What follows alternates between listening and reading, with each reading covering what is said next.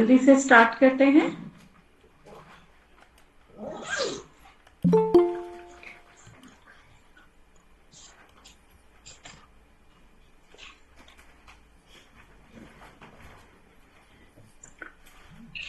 Okay, सो यहाँ पर मैं यस, करता हूँ। चलिए स्टार्ट। कमर गर्दन सीधी, अपने दोनों हाथ को जोड़ के पहले 3 बार ओमकार का जप करेंगे। ओम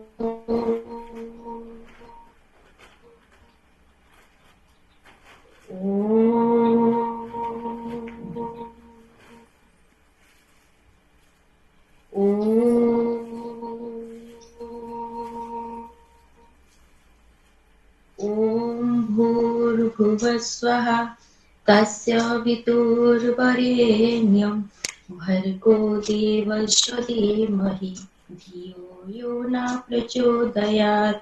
ओम भूर्भुवः स्वः तस्य वितुर्वरेण्यं भर्गो देवस्य धीमहि धियो यो न प्रचोदयात्। ओम शांति शांति शांति। हाँ, तो स्टार्ट करेंगे मैं। तो चलिए,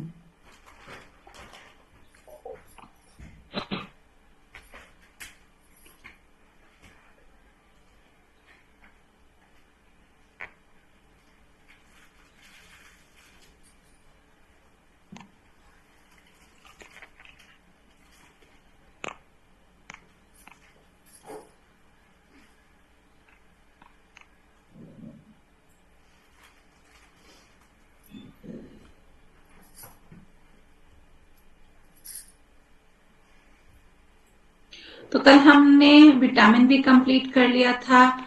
आज हमें यहाँ पे स्टार्ट करना है पेज नंबर 37, आहार पकाने की विधियां।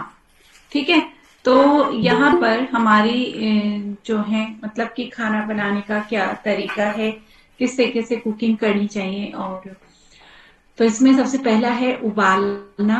भोजन पकाने की विधियों का वर्गीकरण। तो इसमें है उबालकर। इस विधि से खाद्य पदार्थ को पानी में डालकर पकाया जाता है, अतः भोजन पानी के सीधे संपर्क में आता है। दूसरा तरीका है भाप से पकाना, भाप के द्वारा पकाना किसी भी चीज को। तीसरा है प्रेशर द्वारा पकाना, जैसे कि प्रेशर कुकर के अंदर कोई भी चीज आप कुक करते हैं तो प्रेशर के द्वारा कुक होती है। तीसरा है किसी भी चीज को तलना, यानी कि फ्राई करके किसी भी चीज को बनाना। और पांचवा तरीका है बेकिंग, यानी कि बेकिंग के द्वारा। और लास्ट है भूनना। ठीक है, तो ये कुछ तरीके हैं, तो इनको अब यहाँ पर जानते हैं।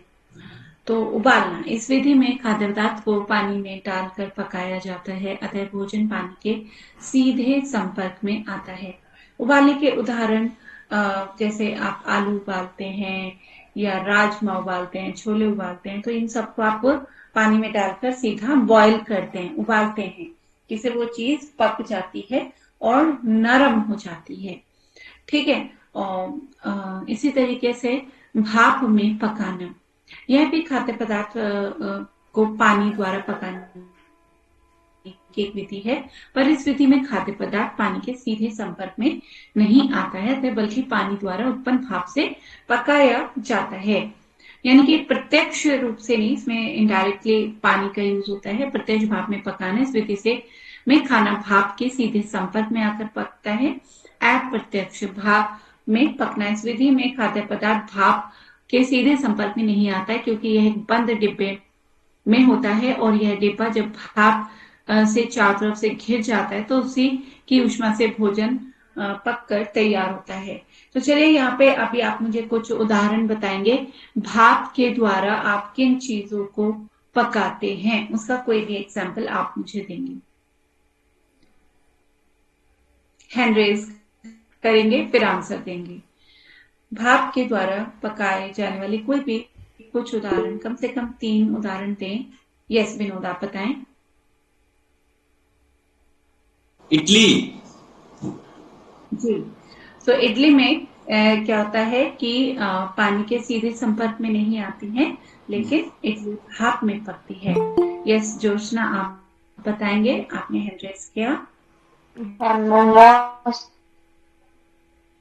हम्म। मोमोज जो भाप हाँ, में पकते हैं। मोमोज मोमोज भी भाप में ही पकते हैं। और देखिए, इडली हो गए, मोमोज हो गए, और क्या उदाहरण आप देना चाहें? कांति, आप बताएंगे। मैम चाट हरे हरे मैम बनते हैं। हरे बहुत सारी हरे ऐसी भरे चीजें हैं जो भाप के द्वारा बनाई जाती हैं, भाप से। ठीक है, एक तो ये तरीका हो गया जो आपने, ये है डायरेक्टली भाप के द्वारा। एक तरीका क्या होता है, आप एक बॉक्स लेते हैं, उसमें पानी भर देते हैं, और उसके अंदर एक जो आपकी खाने की चीज है वो किसी दूसरे कंटेनर में होती है, और भाप, और उसको ऊपर से फिर कवर कर देते हैं। तो उससे वो जो भाप की गर्मी है, उस गर्मी से उस डिब्बे के अंदर जो खाने की चीज है वो पकती है। तो वो इनडायरेक्ट तरीका है, लेकिन भाप के द्वारा ही ऐसी चीजें पकाई जाती हैं। ठीक है, तो ये भाप का उदाहरण हो गया।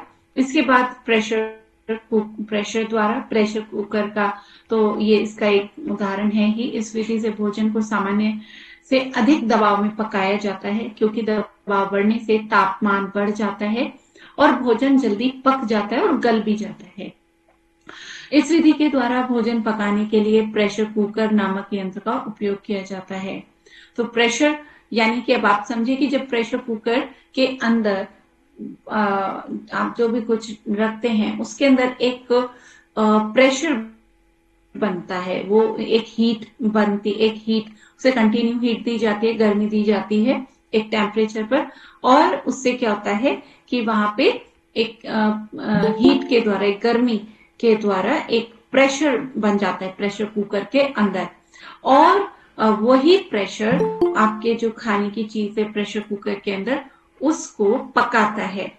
ठीक है, तो और जब वो प्रेशर बहुत ज्यादा बढ़ जाता है तो एक्स्ट्रा प्रेशर विसिल के द्वारा, सीटी के द्वारा एक्स्ट्रा प्रेशर बाहर फिर से निकाल दिया जाता है, जिससे प्रेशर मेंटेन हो सके। तो इस तरीके से उसका प्रेशर, जो एक्स्ट्रा प्रेशर है, वो कंटिन्यू विसिल के द्वारा रिलीज होता रहता है, और एक प्रेशर एक मेंटेन बना रहता है उसके अंदर प्रेशर, और उसके द्वारा आपका जो खाद्य पदार्थ है, जो भोजन है, वो पकता रहता है। तो ये एक तरीका है प्रेशर कुकर के द्वारा या प्रेशर के द्वारा भोजन किस तरीके से पकता है। नेक्स्ट है तलना, फ्राई करना। इसके तो खैर बहुत सारे उदाहरण हैं, पूरी, पकवान, पकौड़े, तो ये सब क्या है, तलने के उदाहरण है, और इससे आप बहुत सारी चीजें, अनगिनत चीजें बना सकते हैं। बेकिंग, इस विधि में खाद्य पदार्थ को एक बंद ओवन के अंदर रखकर उसमें उत्पन्न होने वाली सूखी ऊष्मा में पकाया जाता है। पकाए जाने वाले खाद्य पदार्थ को पहले से गर्म किए गए ओवन में रखा जाता है, और जहां पर चारों ओर से गर्म वायु में गिर जाता है और पक जाता है, तो गिर जाता है, तो क्या होता है, इसके अंदर ड्राई एयर, ठीक है, तो ड्राई एयर के द्वारा आपके जो खाद्य पदार्थ है उसको पकाया जाता है, और ड्राई उसके उससे उसको पहले टेम्परेचर पे गर्म, प्री हीट किया जाता है ओवन को, फिर उसके अंदर एक टेम्परेचर फिक्स किया जाता है, उस टेम्परेचर पे उस चीज को एक पर्टिकुलर टाइम के लिए रखा जाता है, जिसे बेकिंग कहते हैं, और वो खाने की चीज को पका देती है। लास्ट है भूनना। इस विधि में खाद्य पदार्थ को बिना ढके सूखी ऊष्मा द्वारा पकाया जाता है, इसमें ढकते भी नहीं है। बेकिंग में तो क्या होता है कि वो एक ओवन के अंदर बंद, एक उसके अंदर हो रही है प्रोसेस, लेकिन भूनने में क्या है, सूखी ऊष्मा तो है, लेकिन उसको आप किसी चीज से कवर नहीं कर रहे। यह प्रक्रिया तंदूर में, ओवन में, या फिर किसी भारी तले के बर्तन में संपन्न की जाती है। ठीक है, तो भूनने का ये बहुत सारी चीजें हैं जिनको आप भून कर बनाते हैं। तो ये कुछ उदाहरण हुए कुकिंग के।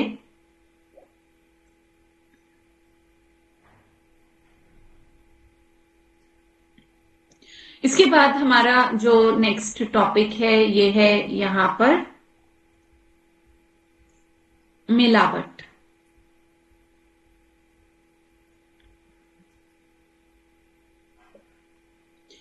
One second.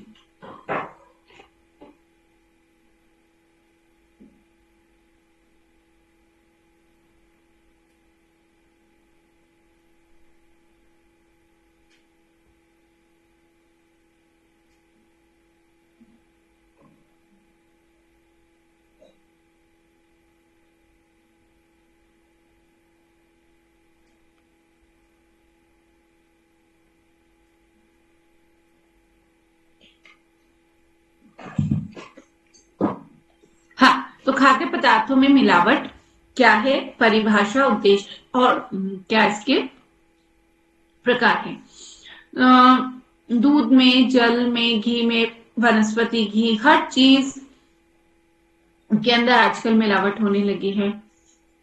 चर्बी, महंगे श्रेष्ठतर अन्नों में सस्ते और घटिया अन्नों आदि के मिश्रण को साधारणतः मिलावट या मिश्रण कहते हैं। किंतु मिश्रण के बिना भी शुद्ध खाद्य पदार्थों को विकृत अथवा हानिकर किया जा सकता है और उसके पौष्टिक तत्व यानी कि पौष्टिक जो मान है, फूड वैल्यू को गिराया जा सकता है। दूध में मक्खन का कुछ अंश निकालकर उसे शुद्ध दूध के रूप में बेचना और अथवा एक बार प्रयुक्त चाय की सार रहित पत्तियों को सुखाकर पुनः बेचना, मतलब एक बार यूज हो चुकी पत्तियों को फिर से सुखाकर बेचना। मिश्रण रहित अपद्रव्यकरण के उदाहरण यहाँ पे कुछ मिलाया नहीं गया, लेकिन इसको भी आप मिलावट ही कहेंगे या फिर एक तरीके से उसका सही तरीके से उपयोग ना करके उसको गलत तरीके से दोबारा बेचना। इसी प्रकार बिना किसी मिलावट के घटिया वस्तु को शुद्ध एवं विशेष गुणकारी घोषित कर झूठे दावे सहित आकर्षक नाम देकर जनता को ठगा जा सकता है। तो कई बार हम उस चीज के अंदर वो गुण नहीं होते जो उसके बारे में हम बताते हैं, उसको बेचते हैं, उसके बारे में उसकी झूठी मतलब उसके गुण बताकर उसको आकर्षित दिखाकर काफी उसको आकर्षित दिखाया जाता है, जबकि वो चाहे उतना लाभकारी है या नहीं है। तो इस तरीके से बहुत सारे तरीके हैं जिनसे चीजों को गलत तरीके से जो है कस्टमर तक पहुंचाया जाता है। इस प्रकार मिलावट अथवा मिश्रण जैसे शब्द खाद्य विकारी कार्यों के लिए पूर्ण रूप से सार्थक नहीं है। खाद्य पदार्थों के उत्पादन, निर्माण, संचय, वितरण, वेष्टन, विक्रय आदि से संबंधित वे सभी कुसंगतिक कार्य जो उसके स्वाभाविक गुण और सार तत्व अथवा श्रेष्ठता को कम करने वाले होते हैं। यानी कि वो सभी चीजें जो उस खाद्य पदार्थ को के सात्विक गुण को खराब कर रही है, उसके सार तत्व को, उसके न्यूट्रिशन को और उसकी श्रेष्ठता को कम कर रही है, अथवा जिससे ग्राहक के स्वास्थ्य को हानि हो और उसे ठगे जाने की संभावना रहती है। अपद्रव्यकरण या अपनामकरण, ठीक है, मिस ब्रांडिंग, मतलब जो गुण उसमें नहीं है, जो क्वालिटी उसमें नहीं है, उस चीज के अंदर वो गुण बताकर जब या उसे बहुत आकर्षित दिखाकर जब आपको चीज बेची जाती है तो उसको मिस ब्रांडिंग कहा जाता है, तो अपद्रव्यकरण कहा जाता है। जन स्वास्थ्य और न्याय विधान की दृष्टि में ये शब्द बहुत व्यापक अर्थ के द्योतक हैं। खाद्य सामग्री में मिलावट। अपर्याप्त पोषण के कारणों में हमने खाद्य सामग्री में मिलावट को भी एक कारण इंगित किया है, क्योंकि मिलावट में खाद्य पदार्थों के पोषक तत्वों का ह्रास हो जाता है। इस मिलावट की कुप्रथा पर भी हमें थोड़ा सा विचार करना होगा। मिलावट की वैज्ञानिक परिश्रम विधान है कि जो खाद्य पदार्थ बेचे जाएं हेतु प्रदर्शित किए जाएं या बेचने हेतु संग्रहित किए जाएं और जो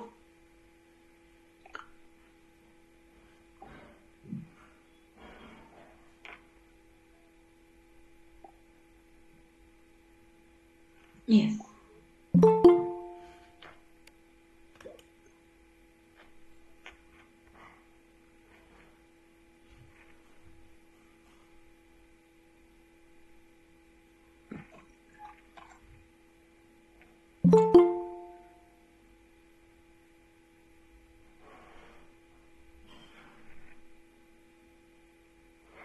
हाँ, तो हम पेज नंबर 40 पर हैं। तो अपने यथार्थ स्वरूप गुण व असलियत के ना हो, जिनमें अन्य घटिया या सस्ते पदार्थ मिलाए जाएं, जिनमें कुछ वर्जित रंग मिलाए जाएं, ये सब तरीके हैं मिलावट के, और जिनमें रक्षण हेतु अज्ञात मात्रा से अधिक रासायनिक पदार्थ मिलाया जाए, जो मूल्य के अनुरूप ना हो, यानी कि जो 100 रुपए की चीज आपको 1000 रुपए में दी जा रही है, यानी कि वो उस मूल्य के अनुरूप 1000 रुपए की चीज नहीं है, पर फिर भी आपको वो वस्तु 1000 रुपए अपने मूल्य से अब बहुत अधिक मूल्य में दी जाती है, जो कीटाणुओं से दूषित हो गए हों, जो स्वास्थ्य के लिए हानिकारक हो, वह सब मिलावटी समझे जानी चाहिए। इनके अनंतर खाद्य सामग्री सड़ी गली हो, घुन लगी हो, तेल की बनी हो या फिर भीगी की बनी बतलाई जाती है, उसी भाव में बेची जाती हो या खुले में रखे जाने के कारण मक्खी मिट्टी के कण से दूषित हो गई हो, वह भी मिलावट की परिभाषा में आती है। कई बार ऐसी चीजें जिनमें घुन लग गया हो या फिर खराब तेल की बनी हुई हो या भीग गई हो पानी में, बारिश में, फिर उसको बेचा जाए, ग्राहक को दिया जाए उस, ठीक है, और खुले में मक्खी मच्छर बैठते हैं कि बहुत सारे ऐसे उसको खराब करते हैं खाने की चीजों को, जैसे मिठाइयाँ या कुछ भी चीजें, तो ये सब मिलावट की ही परिभाषा के अंतर्गत आती हैं। किस किस खाद्य पदार्थ में किस किस तरह की मिलावट की जाती है, इसका अनुपात हम निम्न उदाहरणों से लगा पाएंगे। जैसे कि पहला है अनाज, मिट्टी या कंकड़ का मिश्रण, जिससे अनाज की मात्रा कमी हो जाए। तो जैसे अनाज है, अनाज के अंदर मिट्टी, कंकड़, ये सब मिला दिए जाते हैं और दामों के अनुरूप ग्राहक को पूरी मात्रा में अनाज प्राप्त नहीं होता, और पैसे उससे पूरे अनाज के लिए जाते हैं, जबकि उसमें कंकड़, मिट्टी, ये सब मिला दिया जाता है। सस्ते अनाज का मिश्रण, जैसे गेहूं में जौ, कंकड़, मिट्टी आदि मिला देना, उसमें कोई भी सस्ती चीज मिला देना। अच्छे अनाज में घुन लगे अनाज को मिला देना या टूटे दाने को मिला देना। मैदा आदि गेहूं के आटे में घिसा पत्थर का चूर्ण या मिश्रण मिला देना। सस्ते आटे को आपको महंगे रेट पे दे दिया जाए, सस्ती क्वालिटी का गेहूं या उसका आटा। तो बहुत सारे इस तरीके के तरीके हैं जिनके द्वारा मिलावट की जाती है। दालें, कंकड़ मिट्टी का मिश्रण, दालों में कंकड़ मिट्टी बहुत अक्सर, अब तो काफी साफ आने लगी दालें, लेकिन पहले बहुत उसमें मिलावट होती थी। या फिर अरहर की दाल में खेसरी की दाल मिला दी जाए, उसके निरंतर प्रयोग से लकवे की स्थिति पैदा हो सकती है। अगर आप जो है खेसरी की दाल लंबे समय तक खाएंगे तो इससे आपको लकवा भी, नर्वस सिस्टम की प्रॉब्लम भी हो सकती है। अरगट का मिश्रण, जिससे वह सात हो जाती है। भुने चने, मक्का के दाने, कंकड़ आदि का मिश्रण, भुने, तो इस तरीके से भुने चनों में मक्के के दाने मिला दिए जाए, घी में वनस्पति चर्बी या मार्जरीन का मिश्रण मिला दिया जाए, मक्खन में घी या पत्थर चर्बी या मार्गरेन या बिलोने समय वनस्पति का मिश्रण, यानी कि घी, मक्खन में भी कुछ दूसरी चीज मिला दी जाए। घी मक्खन में अच्छी छाछ का अवशेष छोड़ती है, अधिक छाछ का अवशेष अगर उसके अंदर छाछ छोड़ दी जाए। दूध में मलाई को निकाल लिया जाए, या पानी या अरारोट का मिश्रण उसमें मिला दिया जाए, तो वो दूध जैसा गाढ़ा दूध दिखने लगता है, लेकिन वो अलग अलग किस्म के दूध आपको मिला दिए जाए, एक सस्ता, एक महंगा, एक। तो इस तरीके से दही, मिलावटी दही या क्रीम निकले दूध की दही, सफेद ब्लोटिंग पेपर की कतरन का उसमें मिश्रण मिला दिया जाता है दही में। रबड़ी, अरारोट, सिंघाड़ा, चावल, आलू आदि के आटे या घिया पत्थर के चूर्ण, सफेद ब्लॉटिंग पेपर, रबड़ी जो बाजार से आप लाते हो तो उसमें भी मिलावट होती है। वनस्पति, वेस्लिन, चर्बी या फिर मशीनों के काम आने वाले तेल का मिश्रण, और इन सब में मिलावट है। हर चीज में तेल, भांति भांति के तेलों का या पेट्रोलियम से बने तेलों व रासायनिक घोलों का मिश्रण, सरसों में आर्जिमोन के दाने का मिश्रण, सरसों के तेल में शाक्ता, और जिससे एपिडेमिक ड्रॉप्सी की शिकायत हो सकती है। तो धनिया के अंदर भी मिर्ची, पिसी हुई हल्दी, काली मिर्च, इन सब के अलग अलग रूप से मिलावट की जाती है। तो आप मुझे आपके आसपास ऐसे कुछ मिलावट के उदाहरण बताएंगे जो आप नोटिस करते हैं या आपको लगता है कि इन चीजों के अंदर मिलावट हो रही है।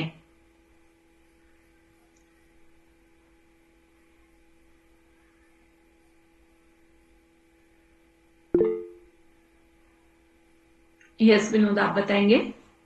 जी, दूध में पानी मैम। क्या दूध में और भी कुछ आज के समय में आपको क्या लगता है कि और क्या क्या चीजें दूध में मिलाई जा रही हैं या दूध को मिलावटी बनाया जा रहा है, किस किस टाइप से? मैम पाउडर पानी मिल्क, तो मालूम।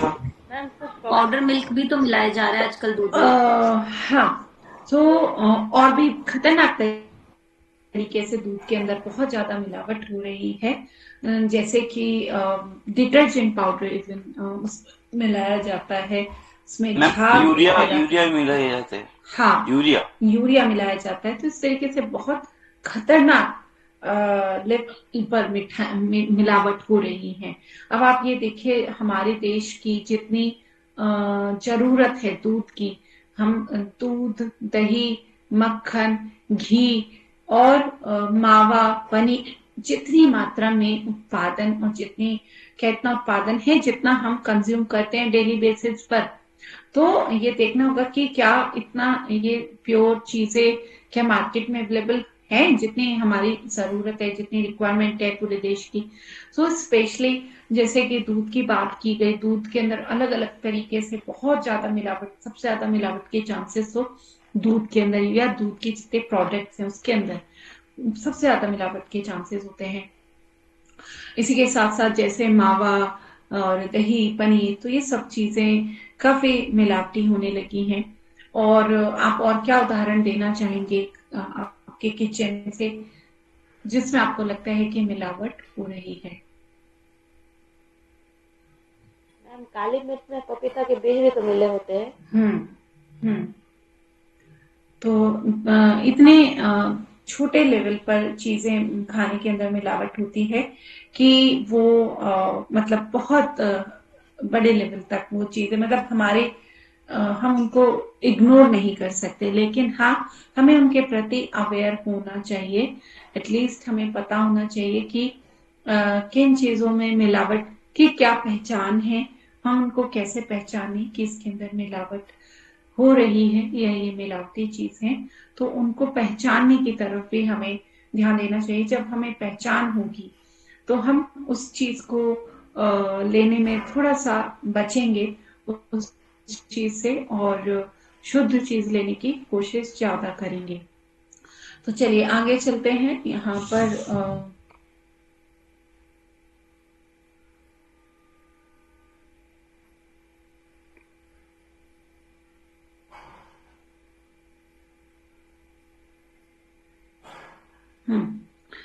देखिए, जैसे कि यहाँ पर घी के अंदर जैसे बहुत सारा देसी घी करके हमें न जाने किस तरीके का घी दिया जाता है, उसके अंदर भी वनस्पति घी मिलाया जाता है या क्या क्या चीजें उसके अंदर मिलाई जाती हैं, तो वो बहुत ही खतरनाक है।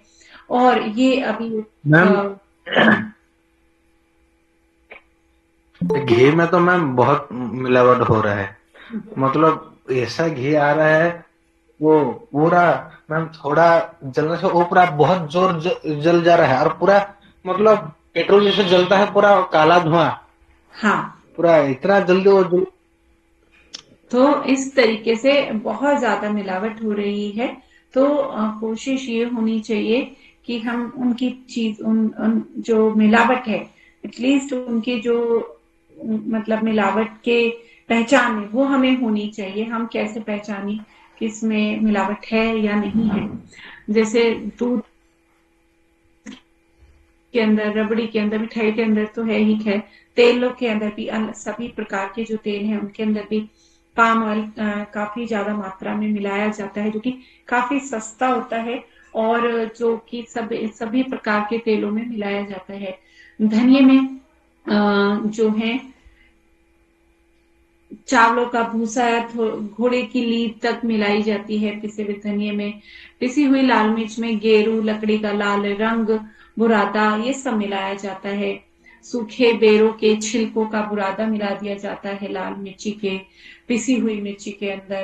पिसी हुई हल्दी में संखिया, शीशा, तांबा, मतलब कितनी खतरनाक चीजों का मिलावट हो रही है। और पीली मिट्टी, मीट व ईंट का चूर्ण, सस्ते रंग का मिश्रण, ये सब मसालों के अंदर मिलाया जाता है।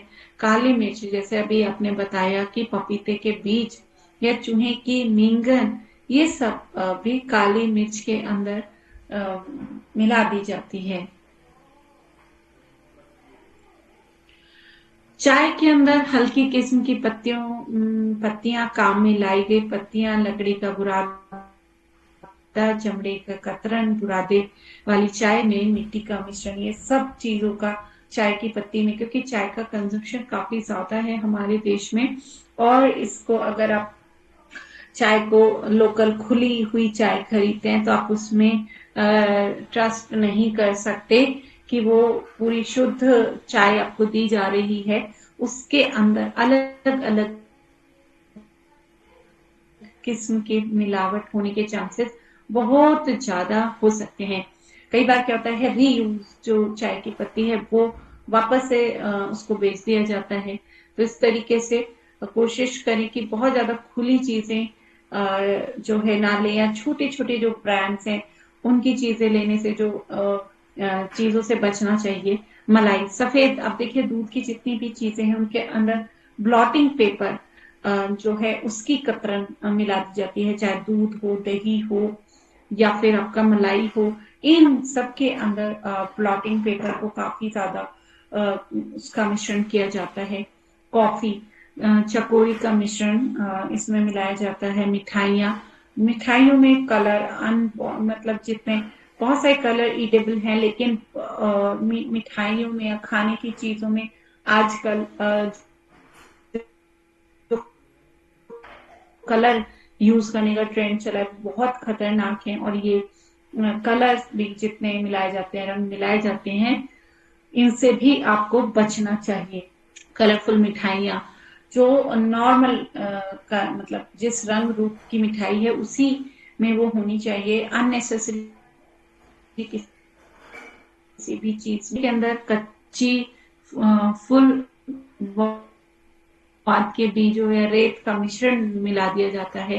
केसर, पीली रंगी मूंज की कतरन मिला दी जाती है। भुट्टो के रेशे की कतरन मिला दी जाती है केसर, क्योंकि केसर के बिल्कुल ऐसे ही लगती है जैसे भुट्टे के ऊपर वो बहुत ही चमकदार रेशे होते हैं, तो उनको रंग दिया जाता है और उसको केसर के रूप में बेचा जाता है। शहद में गुड़ की चाशनी का मिश्रण मिला दिया जाता है।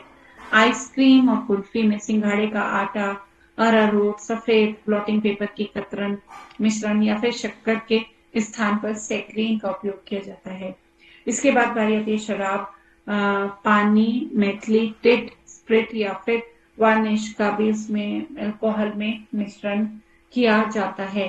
तो इस तरीके से बहुत ज्यादा मिलावट यहाँ पर हो रही है। किसी भी चीज में आप अपनी किचन के में से आप बताएं कि आपको किन चीजों में लगता है कि इन चीजों में बहुत ज्यादा मिलावट है, या किन चीजों में आपको लगता है कि मिलावट नहीं होती है।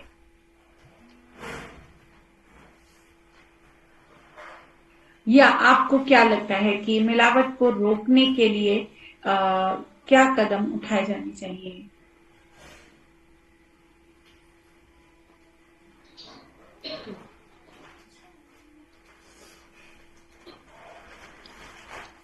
मैम मतलब वो मिलावट तो जैसा हो रहा है, हम इतना तक मतलब पहुंच पाएंगे या नहीं वो तो पता नहीं, लेकिन हमारा मतलब जो भी हमारा नजदीक जो भी मतलब किसानों है, मतलब उनके साथ मतलब ये करके उनसे लेंगे डायरेक्ट।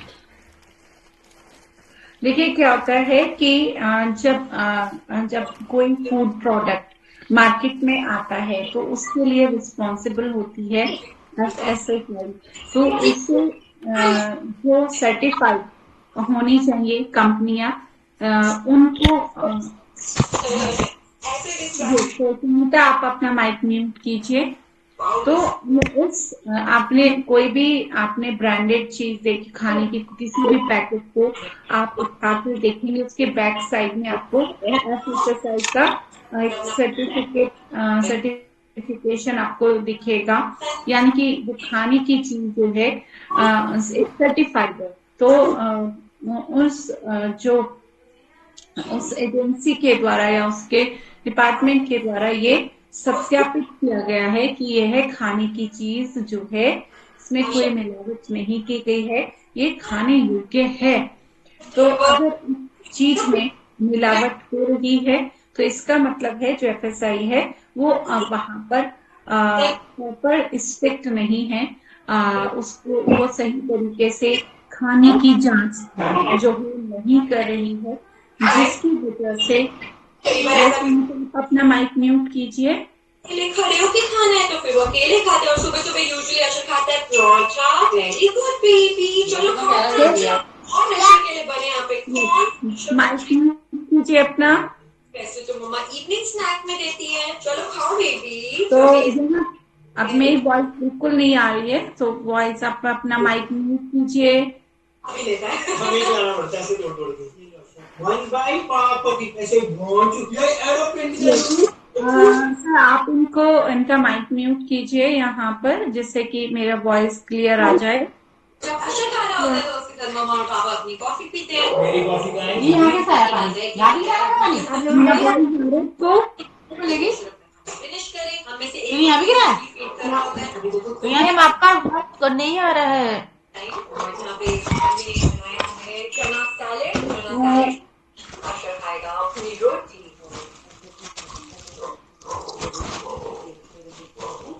संगीता आप अपना माइक म्यूट। चलिए ओके। तो ध्यान रखें आप अपना माइक सब म्यूट रखें, जिससे कि मेरा वॉइस जो है आपको क्लियर आता रहे, ठीक है। तो हम यहाँ पर मिलावट की बात कर रहे थे। तो यहाँ पर जो हमने अभी बताया आपको कि एक तो आपको इंडिविजुअल लेवल पर, अपने लेवल पर भी अवेयर होना चाहिए। आप अगर उस चीज की शिकायत करते हैं कंपनी को या जिस ब्रांड का आप सामान ले रहे हैं, तो उस एक तो तरीका वो हो सकता है कि आप उसकी चीज की कंप्लेन कर सकते हैं कि उस खाद्य पदार्थ में मिलावट आपने पाई है। और तो जिससे अगर आप उस मिलावट को एक्सेप्ट कर लेते हैं तो यानी कि वो चीज कंटिन्यू रहेगी, उसके ऊपर उसमें कोई बदलाव नहीं होगा। और दूसरा ये है कि आपको उसके प्रति अवेयर होना चाहिए। आप शॉपकीपर से भी कंप्लेन कह सकते हैं। उसके साथ साथ आप जिस कंपनी का सामान खरीद रहे हैं उस कंपनी को भी आप जो है मेल लिख सकते हैं, उसको बता सकते हैं कि आपके इस प्रोडक्ट में हमें ये मिलावट लगी है, तो इसमें मिलावट है। और जो खुला अगर चीज आप खरीद रहे हैं तो उन खुली चीजों का जहां से सोर्स है तो उसको भी आप शॉपकीपर को बताएं, और या उस चीज को अगर आप लेना अवॉइड करें, मतलब उसको ना लें, तो उससे क्या होगा कि धीरे धीरे चीज में चेंजेस आएंगे। या फिर जो जैसे FSI है उसको स्ट्रिक्ट रूल बनाने चाहिए। तो ऑडिट होना चाहिए कंपनी का, चीजें चेक होनी चाहिए, प्रॉपर वे में आनी चाहिए। तो ये कुछ ऐसे तरीके हैं जो प्रैक्टिकली होने चाहिए। और इसके लिए जब हम एक्चुअली होता क्या है कि हम उस चीज को वैसे ही एक्सेप्ट कर लेते हैं। हमको लगता है कि ठीक है मिलावट हो रही है तो उसके लिए कहीं कंप्लेन नहीं करना, उस चीज को वैसे ही स्वीकार कर लेना। तो इससे क्या होता है कि जो मिलावट करने वाले लोग हैं या कंपनियां हैं वो उस चीज को कंटिन्यू रखती हैं और उसमें उसको बंद करने की तरफ सोचती नहीं है। तो जब हम उस चीज के प्रति एक अवेयर होंगे, हम उस चीज की कंप्लेन करेंगे तो डेफिनेटली चेंजेस आएंगे, धीरे धीरे आएंगे। और हमें ये नहीं सोचना चाहिए कि हमारे कहने से क्या होगा। तो जब सब धीरे धीरे अवेयर होंगे तो डेफिनेटली चेंज हर जगह आता है। तो क्योंकि इस मिलावट का जो फर्क है वो हमारे स्वास्थ्य पर पड़ता है, हमारी हेल्थ पर पड़ता है, हमारे बच्चों के स्वास्थ्य पर पड़ता है, पूरे परिवार पर पड़ता है। तो इसलिए क्योंकि मिलावट होना एक सिर्फ ऐसा नहीं कि मिलावट हो गई, मिलावट गलत चीज भी होती है तो जिससे उस फूड प्रोडक्ट की क्वालिटी डाउन होती है और जो है वो हमारी हेल्थ को खराब करती है। तो आज का टॉपिक, क्योंकि अभी हमारा सिलेबस काफी कम बचा है, आज हम इतना ही रखेंगे। यहाँ पर अगर आपके कोई पीछे से कोई क्वेरी है तो आप यहाँ पर पूछ सकते हैं। इसके बाद जो है मैं कुछ क्वेश्चंस आपसे यहाँ पर करूंगी।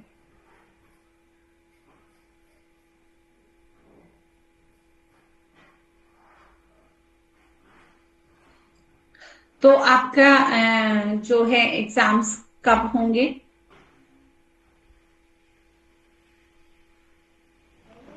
मैम जनवरी में। तो आपके जब जनवरी में, ऑलमोस्ट नवंबर कंप्लीट हो चुका है, दिसंबर सिर्फ बीच में है, आप 1 मंथ मान के चल सकते हैं। तो 1 मंथ अगर आपके एग्जाम्स के बीच में है सिर्फ टाइम का, तो आप उसके प्रिपरेशन के लिए क्या कर रहे हैं, उसकी तैयारी के लिए आप लोग क्या कर रहे हैं? या सिर्फ एक रात पहले ही पूरा पढ़ेंगे? नहीं मैम, जिस दिन का सिलेबस उसी दिन कंप्लीट करने की कोशिश करते हैं। हाँ, दिन में जितना पढ़ाया जाता है आपकी क्वेरीज इसलिए नहीं आती हैं, रिवीजन करते हैं। आपकी क्वेरीज क्लास से इसलिए नहीं आती हैं क्योंकि आप उस चीज को पढ़ नहीं रहे हैं। जब पढ़ेंगे तभी तो डाउट पैदा होंगे, कुछ चीज समझ आएगी, कुछ चीज नहीं आएगी तो आप उसको पूछेंगे। जब आप उसको पढ़ ही नहीं रहे हैं तो उससे डाउट पैदा ही नहीं होंगे। जो मैंने बता दिया वो भी ठीक है, जो मैंने नहीं बताया वो भी ठीक है, जो आपको समझ आया वो भी ठीक है, जो समझ में नहीं आया वो भी ठीक है। तो सिर्फ एग्जाम्स की बात नहीं है। आप जब कोई चीज पढ़ने आए हैं किसी क्लास में तो आपको वो चीज समझनी चाहिए, ठीक है? एग्जाम्स के लिए थोड़े आप पढ़ने आए हैं, आप पढ़ने आए हैं अपने स्वास्थ्य के लिए, अपने अगर इस प्रोफेशन में आपको काम करना है उसके लिए, तो उसके लिए आपको जानकारी होना जरूरी है। जानकारी तब होती है जब आप पढ़ते हैं, ठीक है? तो सारी एफर्ट मैं नहीं लगा सकती ना, मैंने तो अपनी तरफ से आपको पढ़ा दिया। अब आप कितना उसको पढ़ते हैं, कितना उसको समझते हैं, तो ये क्लास आप लोगों के लिए है। तो इसमें अगर मैं एफर्ट लगा रही हूँ तो आप भी उसमें मेहनत करें, उसको पढ़ें, उसमें क्वेश्चन डाउट्स होंगे तो उनके आंसर फिर आपको मिलेंगे, ठीक है? जब आप एक रात पहले पढ़ेंगे तब तो मैं नहीं आऊंगी बताने कि तब आपको समझ नहीं आएगा कि अभी एक रात में क्या क्या पढ़ लेंगे आप, ठीक है? तो आप भी यहाँ पर जो भी आपकी क्वेरीज हैं उसको पूछें।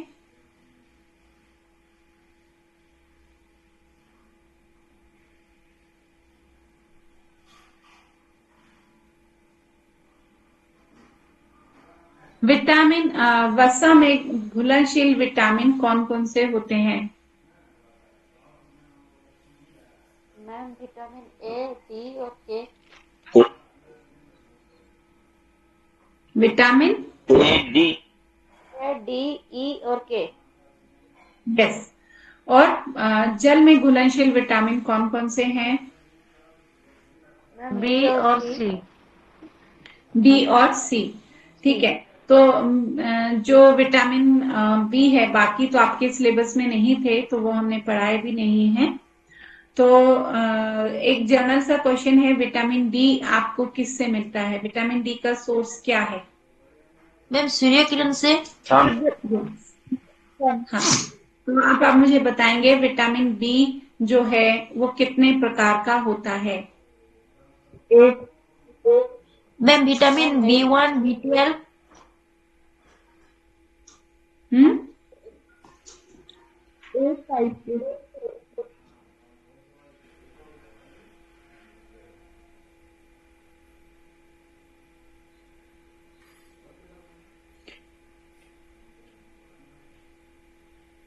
विटामिन बी कितने प्रकार का होता है?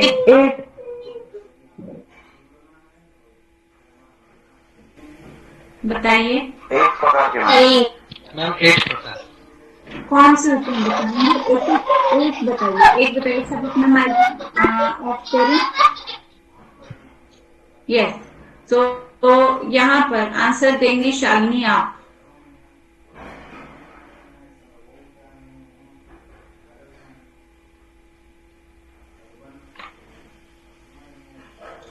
यस, ये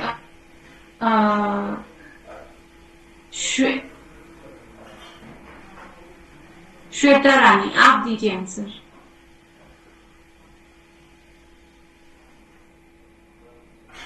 जीनी आप दें। मैम क्वेश्चन विटामिन बी कितने प्रकार का होता है और कौन कौन सा होता है? विटामिन के होते हैं। नहीं, अभी आप जीनिया को आंसर देने दीजिए। यस। विटामिन बी 8 प्रकार के होते हैं। B1, B2, B3, B5, B6, B8, B9, B12। हाँ, अब मुझे नेक्स्ट क्वेश्चन रहेगा। जो B8 है उसका क्या नाम है? मैंने कल सब एक एक नाम आपको लिखा के B8 का नाम क्या है? इम्यूनिटी। नाम पूछा है मैंने।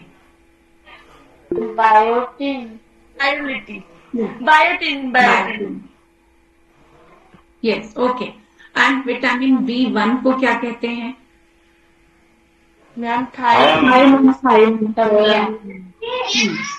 ओके, सो आपका ठीक है।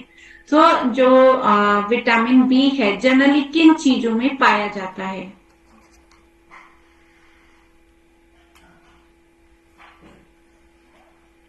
Ma'am sprout, mushroom.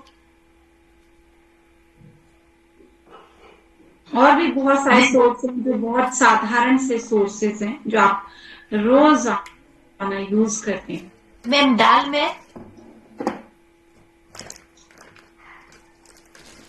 Meet, fish, dairy product. Meat, fish, dairy product में जो सबसे रिच सोर्स है विटामिन बी के वो है आपके अनाज, गेहूं, चावल, जितने भी अनाज हैं, सिर्फ गेहूं चावल नहीं, जितने भी अनाज हैं, बाजरा, मक्की, गेहूं, चावल, जौ, ओट्स, तो ये सब भरपूर हैं विटामिन बी से। लेकिन कब? जब वो जैसे चावल की अगर हम बात करें, वो पॉलिश्ड राइस ना हो। ठीक है, अगर वो पॉलिश्ड राइस, जो कि मार्केट में पॉलिश्ड राइस ही अवेलेबल है, उसके अंदर विटामिन बी की बिल्कुल नहीं होता। चावल, अगर आप ऐसे चावल रेगुलर खाते हैं जो पॉलिश्ड हैं, बिल्कुल चमकदार वाइट हैं, तो उनसे और उल्टा आपके अंदर विटामिन बी की कमी होने लगती है। अगर आप ऐसा आटा खाते हैं जिसमें चोकर, फाइबर नहीं है, ऐसा आटा खाने से आपके अंदर विटामिन बी की कमी होने लगती है। तो आज के समय में विटामिन बी हर एक के, अधिकतर लोगों के अंदर कम पाया जाता है, क्योंकि आप ऐसा आटा यूज करते हैं जिसके अंदर चोकर नहीं है, आप ऐसे चावल यूज करते हैं जो पॉलिश्ड हैं और जिनके अंदर कोई न्यूट्रिशन नहीं है। तो चावल अगर यूज करें तो जो सेला बासमती राइस, सेला बासमती को क्या होता है, चावल को उसके मतलब धान के रूप में छिलके सहित भिगोया जाता है, सुखाया जाता है, और उसमें क्या होता है, उस छिलके के न्यूट्रिशन पूरा उस चावल के अंदर आ जाते हैं, और फिर जब सूख जाता है फिर उसका छिलका हटाया जाता है, तो पूरा न्यूट्रिशन उस चावल के अंदर आ जाता है और छिलका फिर वेस्ट होता है। नॉर्मली क्या होता है, पूरा जो चावल का न्यूट्रिशन है वो उसके धान जो ऊपर का छिलका है, ऊपर का कवर है, उसी के अंदर होता है और वही हट जाता है। तो चावल के अंदर कुछ भी नहीं बचता, सिर्फ स्टार्च बचता है। ठीक है, और वही फिर आपके अंदर एक्सेस में अगर आप स्टार्च लेते हैं तो वो डायबिटीज, फैटी लिवर जैसी प्रॉब्लम्स पैदा करता है। या फिर आप धान को ऐसे कूटें कि उसमें आपका जो ब्राउन राइस, जैसे ब्राउन राइस में एक लेयर हटती नहीं है तो उसके पोषक तत्व उसके अंदर रहते हैं। तो ऐसे जब आप चावल या बिना पॉलिश के चावल, नॉर्मल जिसपे पॉलिश ना हुई हो, ऐसा मैम नॉन पॉलिश का मैम दाल भी आता है और चावल भी आता है। तो इस नॉन पॉलिश जब आप ये सब यूज करते हैं तो उससे पोषक तत्व उसके अंदर बने रहते हैं और उससे आप सारे विटामिन, मिनरल्स और पोषक तत्वों को पा सकते हैं। और यहाँ पर आप मुझे बताएंगे, लास्ट क्वेश्चन है यहाँ पर कि जो विटामिन ए है वो विटामिन ए जो है वो किन चीजों में पाया जाता है? कोई जानकारी? सब्जी में। हाँ, सब्जियों में पाया जाता है, पर विटामिन ए और किन चीजों में पाया जाता है? हाँ, जितनी भी ऑरेंज, येलो कलर की फल सब्जियां हैं उनके अंदर भरपूर मात्रा में विटामिन ए पाया जाता है। जैसे पपीता, जैसे कि आम, जैसे गाजर, जैसे कि पंपकिन, कद्दू पका हुआ जो है ना, पीला हो जाता है वो वाला। तो जितने भी मछली में हाँ, मछली में भी होता है, लेकिन जो नॉर्मली पहचान करने के लिए तो जितनी पीली नारंगी चीजें हैं उनके अंदर भरपूर मात्रा में विटामिन ए पाया जाता है। तो अभी सर्दी आ रही है, गाजर खूब खानी चाहिए। तो गाजर के अंदर भी एक विटामिन ए भरपूर मात्रा में होता है। ठीक है, अब हम यहाँ पर अपनी क्लास को एंड करेंगे और शांति पाठ के साथ। कौन मैम टिकट छोटी हैं तो बात।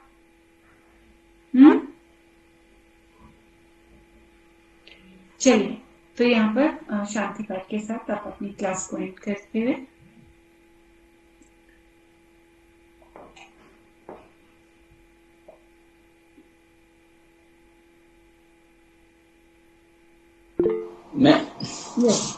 मैम एक डाउट था मैम। पूछे। जो अभी खाने में हर चीज में वो FRK मिक्स हो रहा है, जो फोर्टिफाइड राइस के अंदर जो हो रहा है, तो उसके बारे में कुछ जानकारी मिल सकता है? ये एक बड़ा टॉपिक है, इस पे काफी इंटरेस्टिंग टॉपिक है। तो इस पे हम नेक्स्ट क्लास में पूरा डिटेल में बात करेंगे। तो किस तरीके से इस की पूरी टॉपिक की चर्चा हमारी नेक्स्ट क्लास में ही होगी। इस टॉपिक को हम नोट कर लेते हैं। आप मुझे नेक्स्ट क्लास में इसमें ध्यान दिला दीजिए, जिससे हम इस टॉपिक को कवर कर सकेंगे। जी मैम, जी मैम। ओके, तो चलो ना नेक्स्ट यहाँ पर शांति पाठ के साथ एंड करते हैं।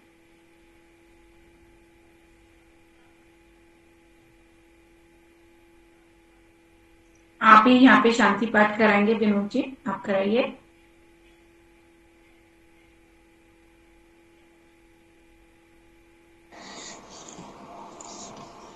हमारे गर्दन सीधी करके बैठ जाएंगे सर। 3 बार ओम का उच्चारण करेंगे। ओ